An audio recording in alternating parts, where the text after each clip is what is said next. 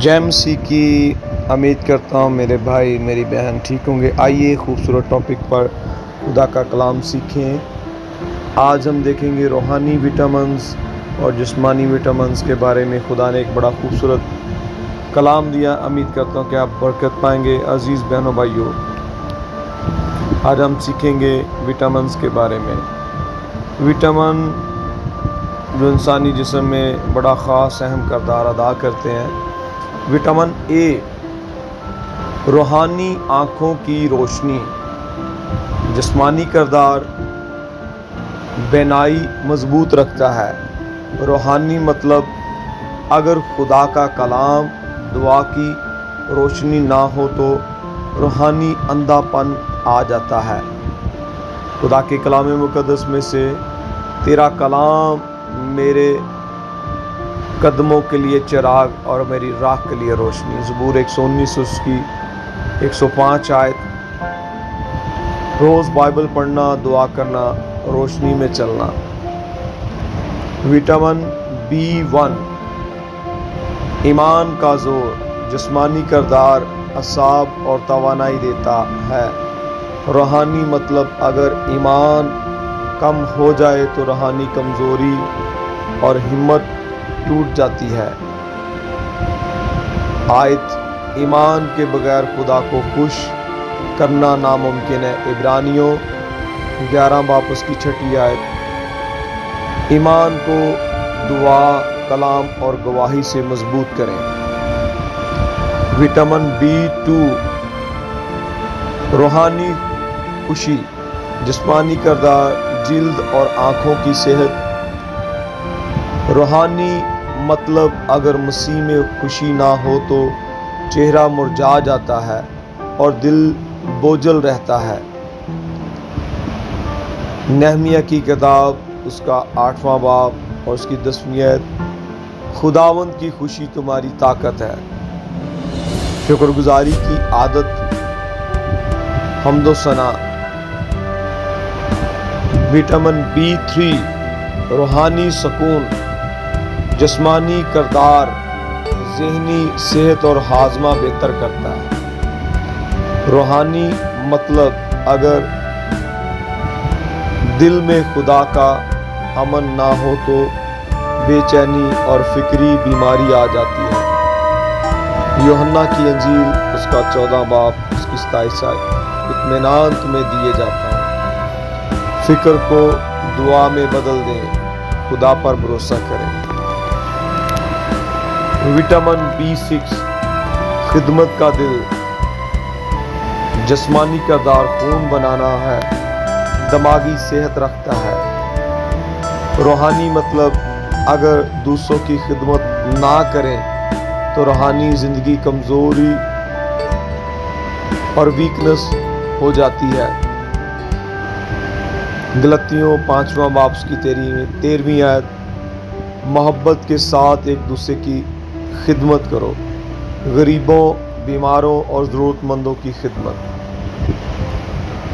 Vitamin B9 روحانی بڑھوتری، جسمانی کردار جسم میں نئے خلیے بنانا، نئے سیل بنانا۔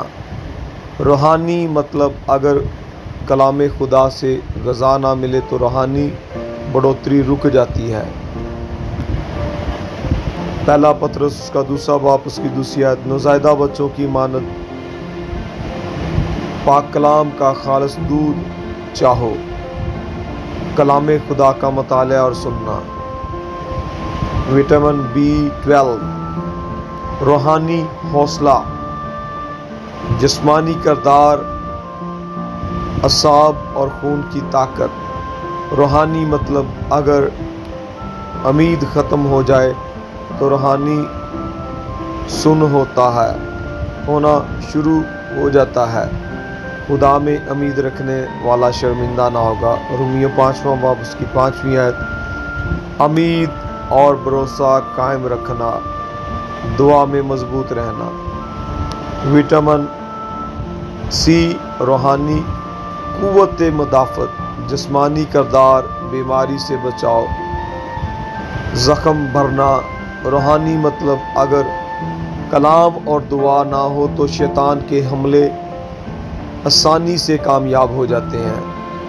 آیت افسیوں 6 باب اس کی 11 آیت، خدا کا پورا ہتھیار پہن لو۔